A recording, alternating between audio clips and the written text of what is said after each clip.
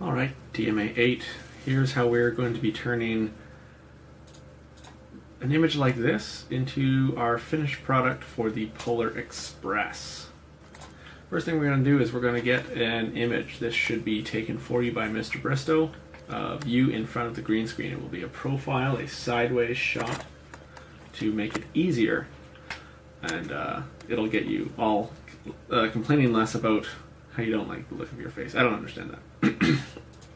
First thing we're going to do once we have your image is we're going to use our quick selection tool, and we're going to just really quickly select everything that is you.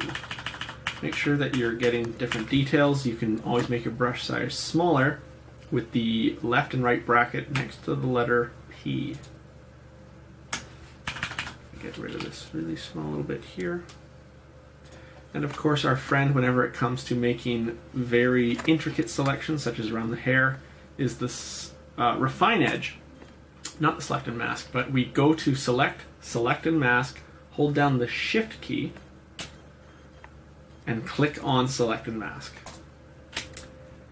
Yours might look a little different. Yours might look like this or like this. I like to use the overlay. It's just nice. I turn on smart radius, turn it up to maybe 2 pixels. And well, make this a little smaller. I'm just going to start painting in all the detail that I may not have grabbed the first time around her hair. Great. Once I'm happy with that, make sure you're making the output to new layer with layer mask. That's very important. Press OK. And there we go. What we're going to do now is we're going to make this black and white. So we can hold Control, Shift, and U. That'll make it black and white. Or we could add an adjustment layer, make it black and white. It's up to you. Next thing we're going to do is we need to find a image to overlay with this. So File, Open. Find one that we like. I'm just gonna pick one from a trip this summer. This is good. Right. Now I can use the Move tool, and I can just click and drag all the way up. And I'll fill that. Ooh, it's a little big. If it is, I'm gonna hold down Control plus minus, zoom out. I'm just gonna resize it. You may not have to. It's just something I need to do with the size of my image. I like to have a little big. Whenever you're resizing something, make sure you're holding down the Shift key. That keeps it proportional. Otherwise, you can get really wonky and super stretched, and it just looks bad. As soon as I hold the Shift key, though, it's great. Just what I want. Press Enter when you're done. Now, I'm just going to lower the opacity a little bit and sort of start to overlay this. Something like that's good. Bring it back up. Now we're going to change the blending mode of the layer, and this is how it's going to sit on top of another. Normal mode, well, it sits on there normally. I'm going to change it to I think lighten.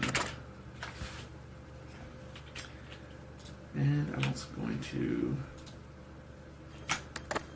link it. There we go.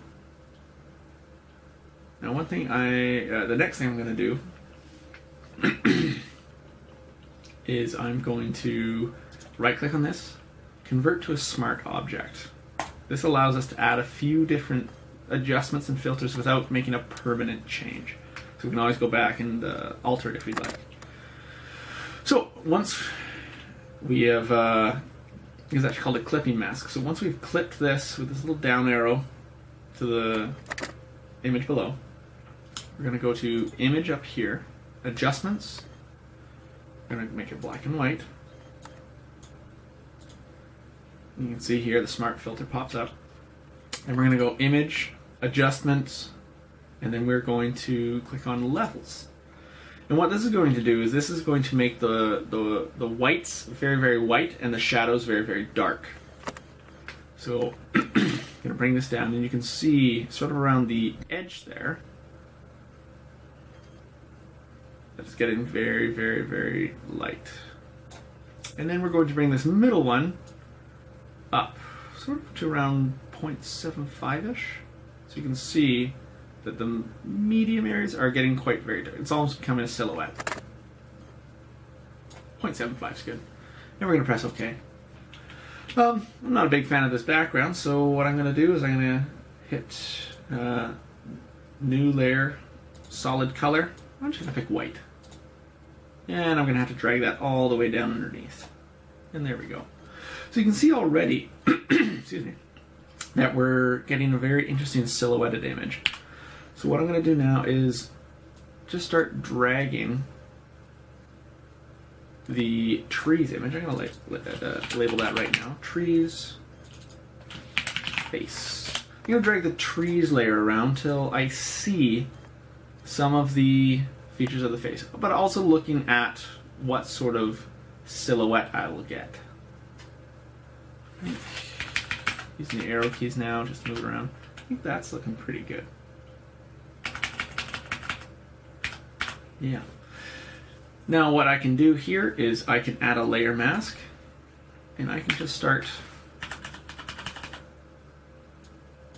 by painting black. I can start painting in some of the detail if I want to get her eyes, perhaps around her mouth, and maybe her nose. There we go. Right. Next thing I'm going to do is I'm just going to paint back in, or mask away, sorry. I'm going to paint black and conceal any parts of the image that I don't want. And if I would like some of the features further down, I can always paint them back in by switching my mask to white. And yeah, once we've done that, we are done. Fantastic. And there you go, guys. That is how we are going to be creating our Polar Express production double exposure. If you have any questions, feel free to ask.